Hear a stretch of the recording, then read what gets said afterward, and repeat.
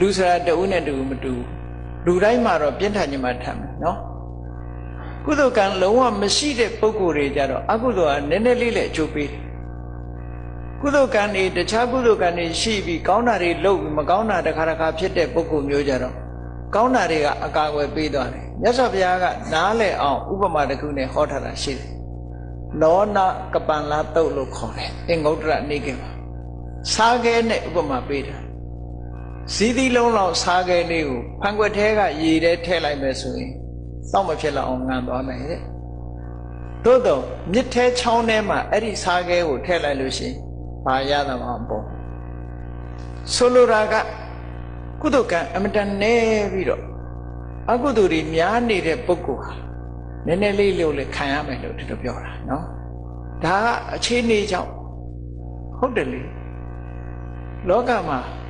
ဒီကနေ့လူလုတ်ထားတဲ့ဥပဒေတောင်မှပဲအဆန်ချမ်းသာတဲ့လူကျူးလွန်တဲ့အမှု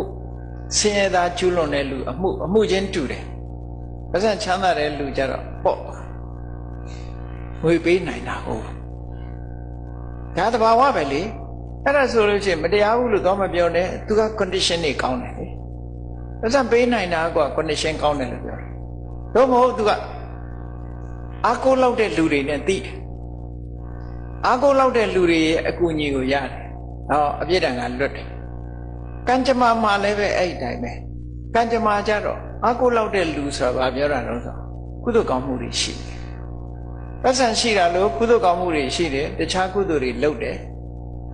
အကုသိုလ်တူတူလုပ်ထားခြင်းတူပေမဲ့လို့ကုသိုလ်ကံရှိတဲ့လူကသက်သာပြီးတော့ကုသိုလ်ကံနည်းတဲ့ပုဂ္ဂိုလ်ကအပြည့်အဝခံရတတ်တယ်တဲ့ဒီလိုမတူညီတဲ့အခြေအနေလေးတွေကိုတော့သတိထားရမယ်ဒီလိုဆိုလိုတာနော်လူတိုင်းဟာတူညီတဲ့အကျိုးရလိုက်မယ်လို့တော့ဒီလိုမအောင်မိတ်လေးနဲ့ပတ်ဝန်းကျင်အခြေအနေဆိုတာရှိသေးတယ်လူရဲ့အခြေအနေတွေပေါ်မှာမူတည်တယ် condition ပေါ့အဲ့ဒီ condition တွေဟာတိတ်ပြီးတော့အရေးပါတယ်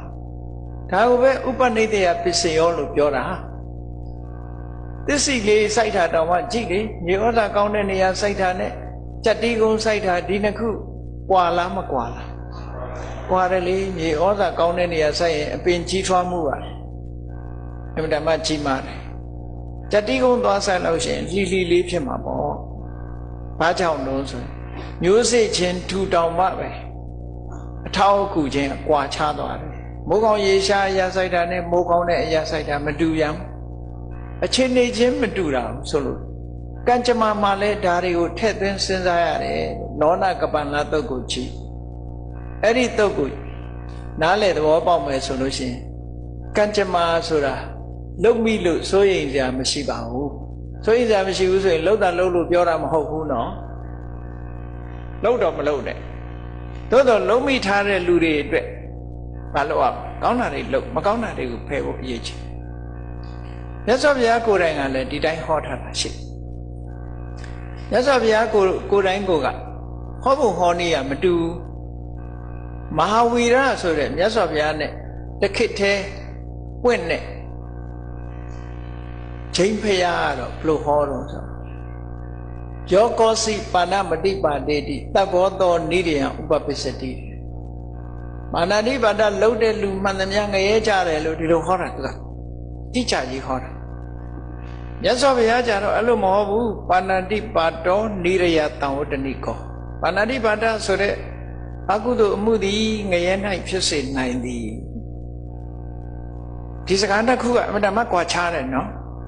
ဖြစ်စေနိုင်တယ်လို့ပြောတာဖြစ်ရမယ်လို့ပြောတာမဟုတ်ဘူးသူကြိုးပေးခြင်းပေးရင်ငရဲကြနိုင်တယ်လို့ပြောတာဖြစ်နိုင်တယ်လို့ပြောတာဖြစ်ချင်မှလည်းဖြစ်တယ်ဖြစ်ချင်မှဆိုတာတခြား condition တွေပါလာလို့ရှိရင်ဖြစ်ချင်မှဖြစ်တယ်ပေါ့ဒီအိဗယ်အဲ့တော့ဘလောက်စိတ်သက်သာရစရာကောင်းမလဲမြတ်စွာဘုရားကဟောတဲ့တရားတွေဟာအမှန်တမ်း logical ဖြစ်တယ် reasonable ဖြစ်တယ်ဆိုင်ရာအကြောင်းတရားတွေကိုထည့်သွင်းစဉ်းစားရမယ်ဆိုတာလောကမျက်တွေ့နဲ့လည်းအမှန်တမ်းမှန်ကန်တယ်အဆန်ချမ်းသာရင်ပြစ်မှုသက်သာတယ်အာကိုလောက်တဲ့လူတွေနဲ့သိရင်လည်းပြစ်မှုသက်သာတယ်မိကောင်းဆွေကောင်းအထောက်အကူပြုမဲ့လူတွေလာရင်လည်းပြစ်မှုသက်သာကုမဲ့လူမရှိဘူးပတ်စံလည်းမပေးနိုင်ဘူးဆိုပြစ်လေးတယ်ဒါက လောကမှာလည်းဒီတိုင်းရှိတယ်ဒါရဲ့ထည့်သွင်းစဉ်းစားရမယ့်အချက်တွေလို့ကံကြမ္မာမှာလည်းပဲအဲ့ဒီတိုင်းအဲ့တော့ကောင်းတာတွေလုပ်လို့ရှိရင်ကောင်းတာတွေကမကောင်းတာတွေကိုဖယ်ထုတ်သွားမှာပဲကောင်းတဲ့အလုပ်တွေကိုများများလုပ်ဖို့လိုအပ်တယ်ဒီလိုဆိုလိုတာနော်